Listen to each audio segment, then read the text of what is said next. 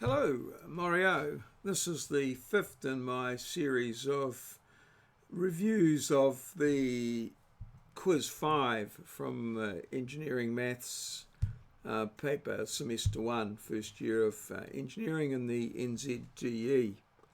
So the last question, obviously not the easiest question, possibly the hardest question in the test. We usually leave the hard ones to the end so that those students who make it through to the end, they get a bit of a challenge and what have you. So here we are, find the equation of the curve.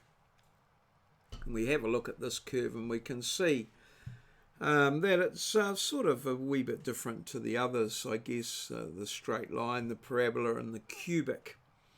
Now this particular one, there's some things that we just have to know. We can't,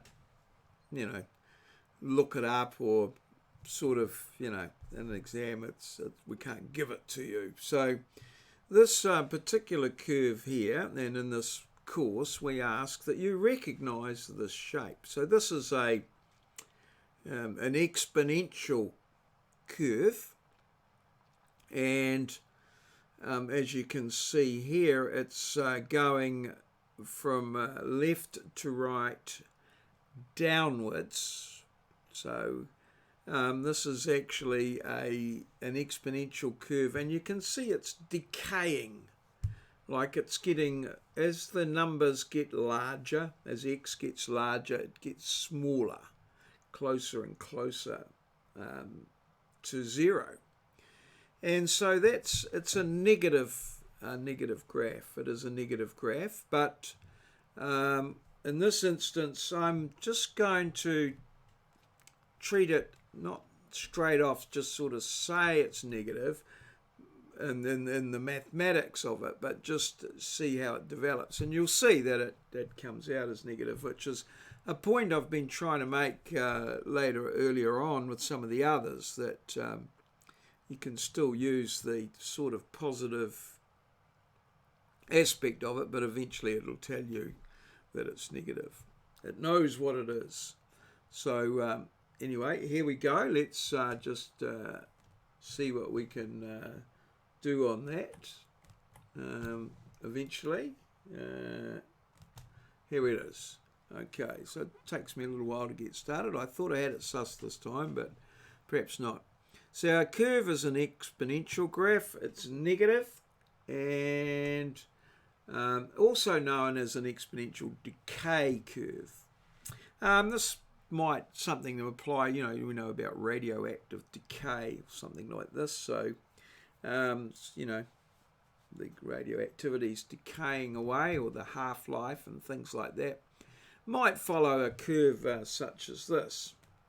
So, moving on again, the standard equation is y equals a. Again, that whole scaling thing, e to the kx. Now that's for a positive curve. If it's a negative curve, it would be to the negative kx. But I'm just going to leave it like that as now, and you'll see how the negative aspect of it develops or comes out quite naturally. So, it's handy to know that it's a negative curve so that you can get a good feeling about your answer. But, let's see what happens. So, when x equals 0, y equals 4. Now, we're starting there with the y-intercept on this one. With these graphs, that's a very good place to start. It's normally we've started with x equals 0 on the others, but with this one we start with y. It's just something to remember for these exponential graphs. So that's a good place to start with. And again, it's just a standard tool out of the mathematics toolbox. When x equals 0, y equals 0, all these sort of things here. But you can see, we can't have a y equals 0 on this one because, it never equals 0, because the y equals 0 is in what we call an asymptote. So it's a line that the values get very close to but never cross. Never cross the asymptote. So it's an asymptote. So we don't actually have a x equals, a y equals 0 aspect to this graph. So we can't use that tool, can we? Alrighty, so when x equals 0, y equals 4. And we can move along from there. And so just filling in on our standard formula, we can put 4 in for y. A, we don't know. E equals k to the power of 0, because x is 0. Now, as it transpires, anything to the power of 0 is equal to 1. 1 million to the power of 0 equals 1. 1 to the power of 1, 1. 0.5073641 to the power of 0 equals 1. So e to the k 0, e to the power of 0 equals 1. The more curious amongst you may be wondering, what the hell is this e? And that curiosity needs to be satisfied. So I would suggest that you maybe get into Google and start asking and finding out that question for yourself. I've done this a number of times, and I haven't actually fully remembered what it is. But every now and again I go and have another look up and see what it is. But that curiosity and that's what gives us foundation in our mathematics and helps us. So if you've got any questions that come up along the way, what if these sort of, that curiosity, that sparks learning and helps to embed things in your mind. So, well, we don't need to know for this at this point. For some of you, you may need to know that. So, off you go. Go and see Uncle Google and find out, and then you can always come back, pause the video and whatever. But anyway, satisfy your curiosity whenever it arises, or write it down on a bit of paper for looking up later. Okay, so there we go. We've got that, so we can just move on, and we get a equals 4. All right, so 4 equals like a times 1, so a equals 4. And we can say that the equation of our graph is, I'll just duck down a bit, y equals 4e to the kx. Y equals 4e to the kx. I can unlock the webcam there and the webcam. Yep, and just put me there. Okay, very good. And we'll just lock it up again, just in case. All right, so there we go. Y equals 4e to the kx. So we've got an equation, but again, we don't know what k is. We need to find out what k is. This time we found out what a is. Usually it's the other way around. But so we've got a, nailed it. Okay, so let's see now what's... got a bit of a problem here. Oh, here we go. Right, finally got it functioning. So if we look at that other little point on the graph, when x equals 2, y equals 1.5, a little bit of more information which we can feed into our sort of revised equation or updated. So we put 1.5 for y and 2 for x, and we get 1.5 equals 4e to the k times 2, which, you sort of want to tidy that up a little bit. 1.5 equals 4e to the 2k, So now, I want to divide that through each side by 4, and we get 1.5 over 4 equals e to the 2k. Alrighty, well, now we need to use a little bit of our logarithmic skills, or from our logarithmic toolbox. And what we know from there is that if we take the log of both sides, we will, that sort of neutralizes the e, so to speak, and what it does is this. So ln, now remember it's 1.5 over 4 equals 2k. And that's what we get. That's what happens if we take the log of both sides. So if we take a log of e to the something, log undoes e. If you look on your calculator, here, if you look on your calculator and you turn off your tutor, which I wish we can do, there we go. If you look carefully on the LN button, which is here, you can see it. I've got it in black. I'll turn on the, can I turn on, yes, I'll turn on my laser pointer. Okay, and I'll turn my calculator back on, bring on, and there's my laser pointer. Well, you can see it's not going to work on there. I need to have my, but anyway, if you look on the LN key here, you can see that at the back of it, it's got E.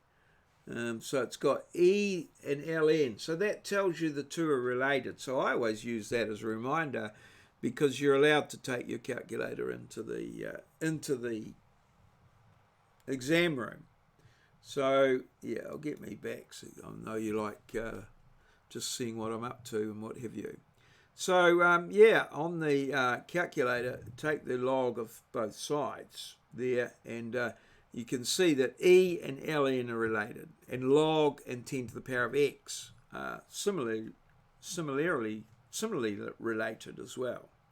Okay, so moving right along, we need to get back into the groove here, and there we go. Divide both sides by 2. Now one must be very careful here that it's ln 1.5 over 4, all divided by 2, not incorporated inside the log. And that is very important, and that equals 0.490. Now there's a reason why I got the calculator out, because I wanted to just to prove this to you that yeah, this is how it does. So I'm just going to turn off the webcam for a minute, and well, you can't see me, so I'm looking over here now. So what we want to do is ln, so k equals, so first of all, I just want to set up a fraction, and then I want to go into the top bit of the fraction there and click the ln key. That's the ln, and then we've got another fraction to put in there, and the fraction that goes in there, of course, is 1.5, and then we drop down and over 4, and then we close that bracket. Close that bracket. Oh, that's not closing the bracket. Close the bracket here. Alrighty. Okay, and then we go to down to here, and we put in a 2. Right, ln 1.5 over 4 and a 2. And that should be good. And now we push enter. And you can see there we get negative. Now I said the negative would come naturally, and woe and behold, it has. We get negative 0.490,414,6265. Now it should say on the front of your exam paper, or if it doesn't, you assume that we want everything to 3 significant figures. 3 significant figures. So minus 0.490, 3 significant figures. That last 0 is significant. The first 0, not significant. The last 0 is significant. Okay, so that's the calculator all done, and I'll get the old tutor back here, and maybe we can just click on there to get the calculator out of the way, and there we go. That's k equals minus 0.490, and the equation of the curve is y equals 4e to the negative 0.490x.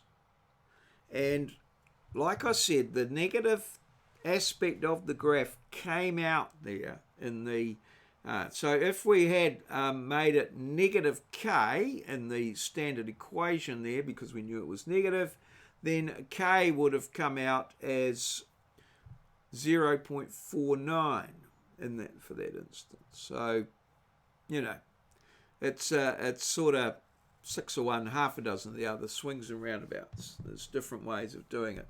The important thing is that you do a number of different examples so that you have various experiences with these, and you're able to, you know, find out which is the best one, which is the best way to do it for you. I've just noticed I've got my hat on a little askew. So there we are, straight on, maurieo. All right, so there you go. This is the last of these this quiz. So I hope you've, you know, it's satisfied your curiosity, answered your questions. If you do have any questions, there's the comments below the video, or you can contact me, maurieo@maurieo.com, and some of you have all sorts of other ways of contacting me. So, yep, that's it. She's all done. Bloody marvellous.